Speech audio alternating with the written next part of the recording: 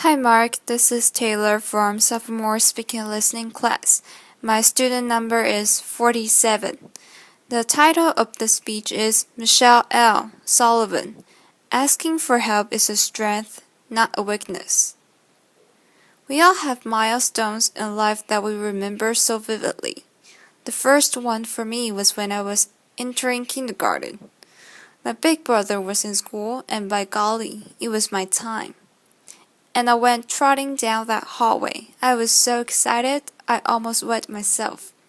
And I go to the door, and there was the teacher with a warm welcome. And she took me into the classroom, showed me my little cubbyhole. We all remember those little cubbyholes, don't we? And we put our stuff in there, and then she said, "Go over to the circle and play with the kids until class starts." So I went over there and plopped down like I owned the place.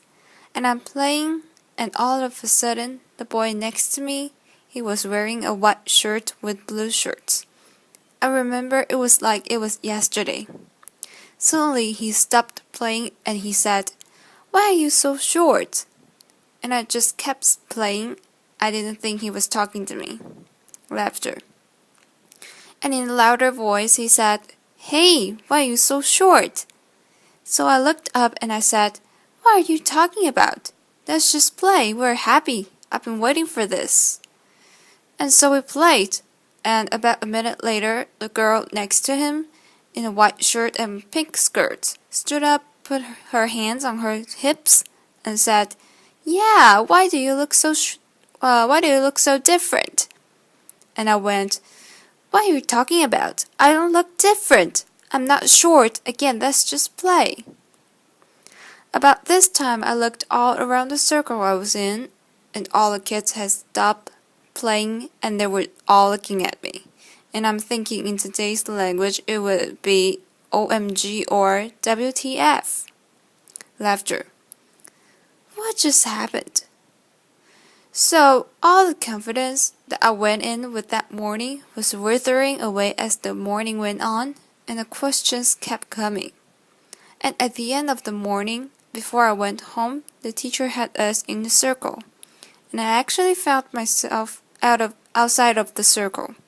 I couldn't look at anybody. I could not understand what just happened. And over the next few years, I hated to go out in public. I felt every stare, every giggle, every pointed finger, not the finger, but every pointed finger, and I hated it. I would hide behind my parents' legs like nobody could see me. And as a child, you can't understand another child's curiosity, nor an adult's ignorance. It became very apparent to me that the real world was not built for someone of my size, both literally and figuratively.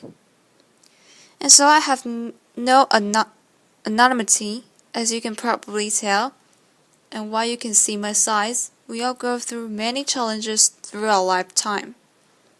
And some you can see, like mine, most you can't. You can't tell if someone's dealing with a mental illness, or they're struggling with their gender identity, they're caring for an aging parent, they're having financial difficulty. You can't see that kind of stuff.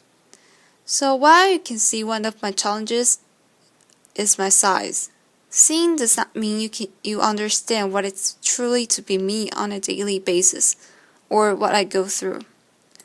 And so I'm here to debunk a myth. I do not believe you can walk in someone else's shoes, and because of that, we must adopt a new way of giving of ourselves. Simply stated, I would never know what it's like to be you, and you would never know what it's like to be me. I cannot face your fears or chase your dreams, and you can't do that for me. But we can be supportive of each other. Instead of trying to walk in each other's shoes, we must adopt a new way of giving of ourselves. I learned at an early age that I did have to do some things different than most people, but I also learned there were things I was on equal footing with. And one of those was the classroom. I was equal.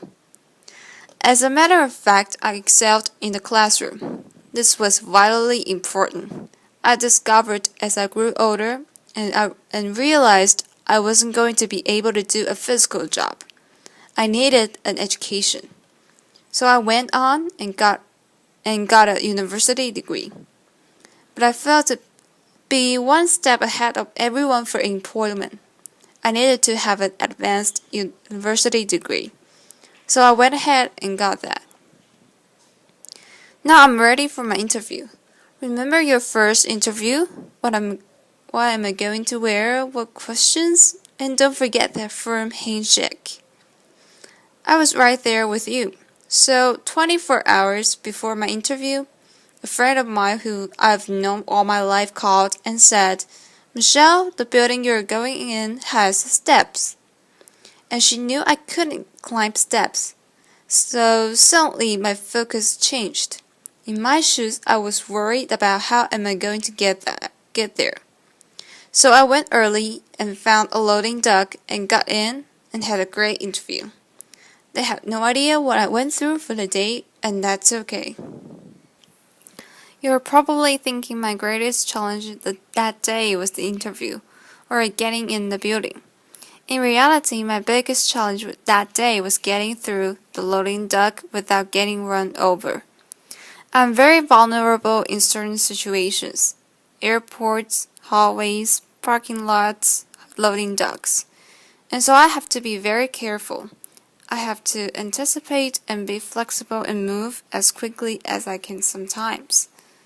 So I got the job, and in my current role, I travel quite a bit. And travel is a challenge for all of us these days.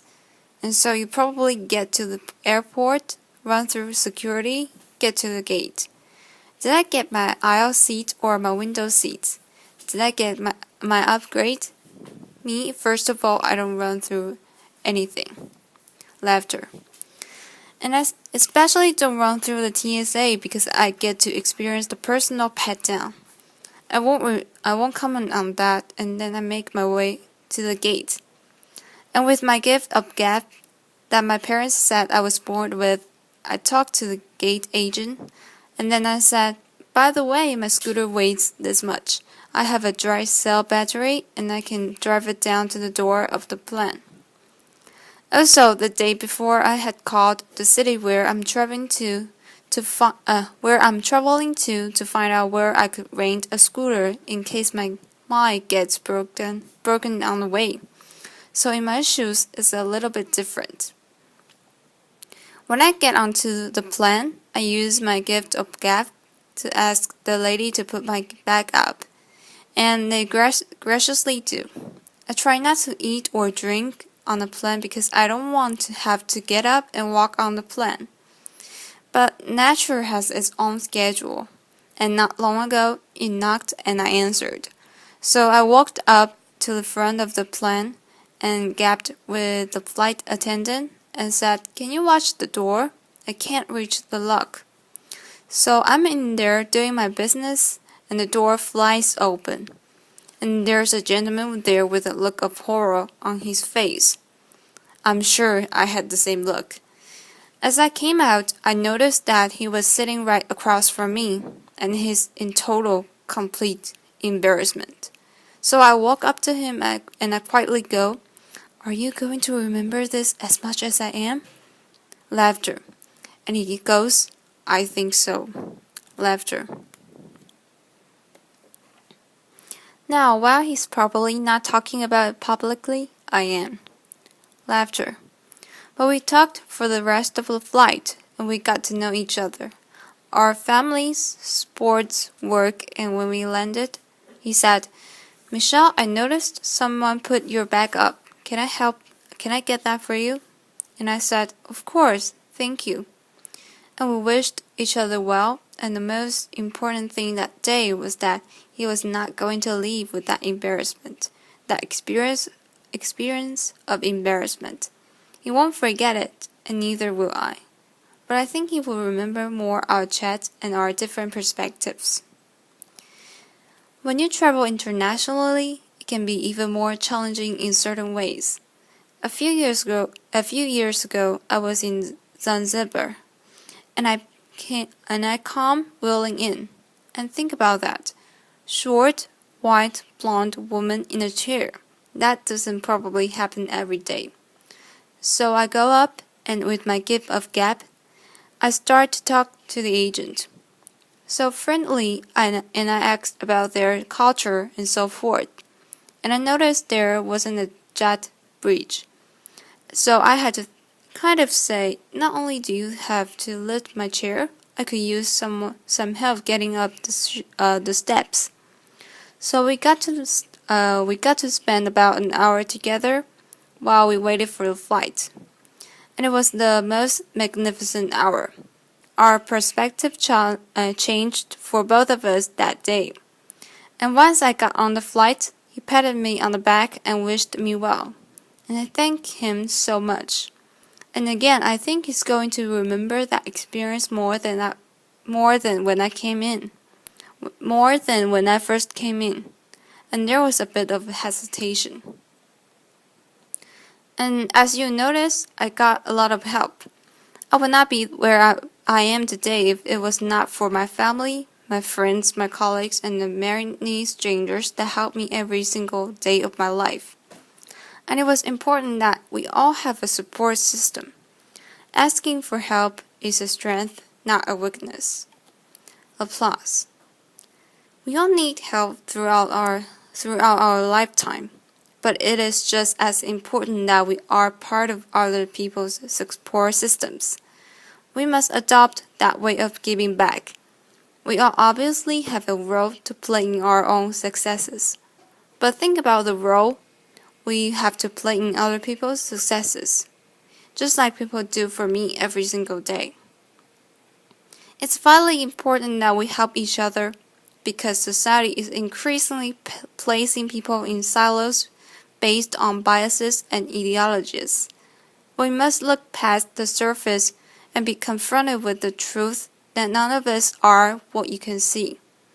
There is more to us than that, and we are all dealing with things that you cannot see. So living a life free of judgment allows all of us to share those experiences together and have a totally different perspective, just like the couple of people I mentioned earlier in my stories.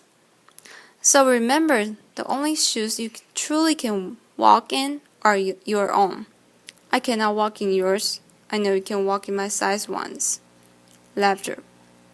But you can try. But we can do something better than that. With compassion, courage, and understanding, we can walk side by side and support one another. And think about how society can change if we all do that instead of judging on only what you can see.